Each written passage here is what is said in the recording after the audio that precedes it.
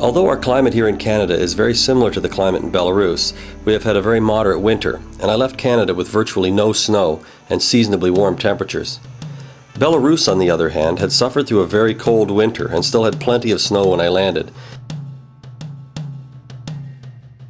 The day was rainy, a trend which continued off and on during my stay, causing very wet and muddy conditions everywhere we went. After traveling for almost 24 hours, I landed in Minsk, the capital of Belarus.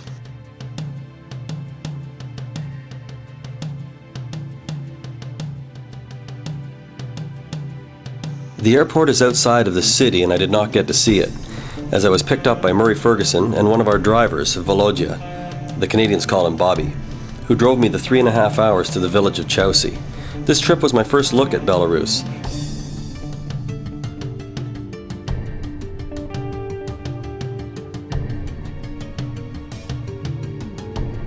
The highway has 4 lanes most of the way and looked very much like a Canadian highway, except there were bus stops along it, as most people do not have cars.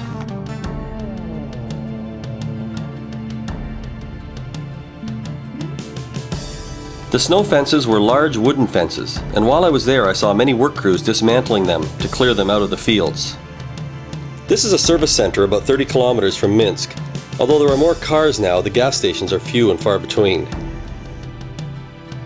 About 40 kilometers from Chausi, we passed through Mogilev, a city of about 370,000.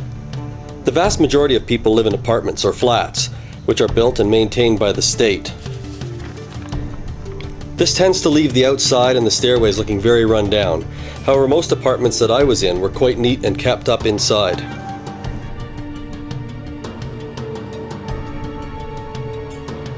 Mogilev was originally slated to be the capital of Belarus, and as in most cities, you will find a statue of Lenin standing in the town square.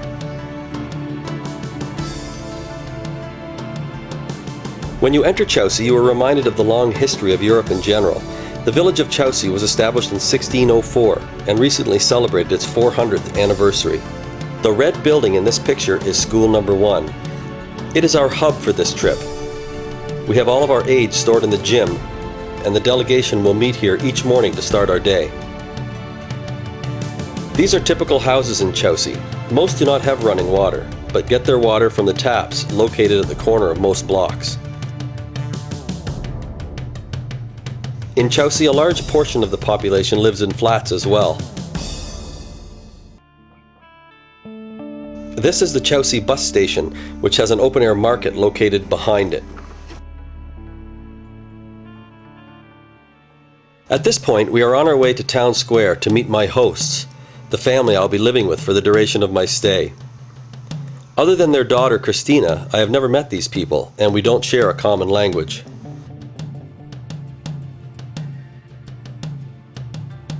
They pick me up in a borrowed Lada and drive me the 4 blocks to their home. Sveta and Sasha turn out to be wonderful parents and great people who treat me like family. Their home is a small 2-bedroom house on a steep, muddy street. The mud is so bad that we have to walk from the top of the hill. Like most houses in Chausi, the yard is fenced and guarded by a dog. Sasha always greeted me at the gate, as without him, the dog would not let me pass. The house is very small, more what we would consider a cottage or a cabin. Above the door is the electrical meter for the 220 volts that is common in Europe. The hall leads through the house to the kitchen. To the left is the living room, with the ever-present TV that I found on in every residence that I visited.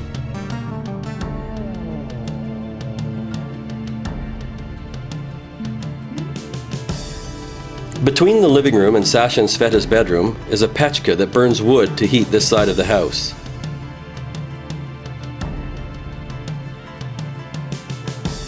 Across the hall is Christina's bedroom, mine while I was there.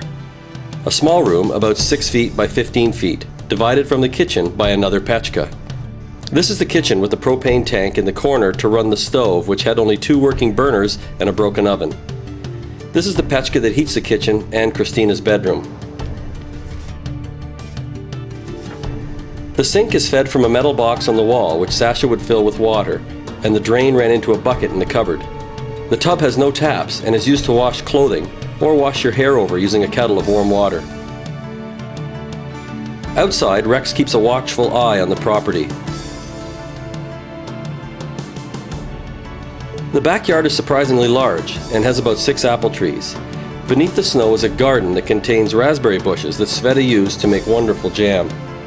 The shed across the back is used to store wood and contains the outhouse that we access through a porch, allowing us to get to it in our slippers.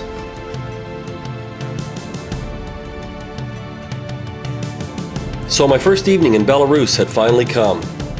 As I sat playing a bingo-like game with Christina and Sasha, while Sveta leaned against the pechka and knit a sweater, I realized all my trepidation was unnecessary. This felt like home.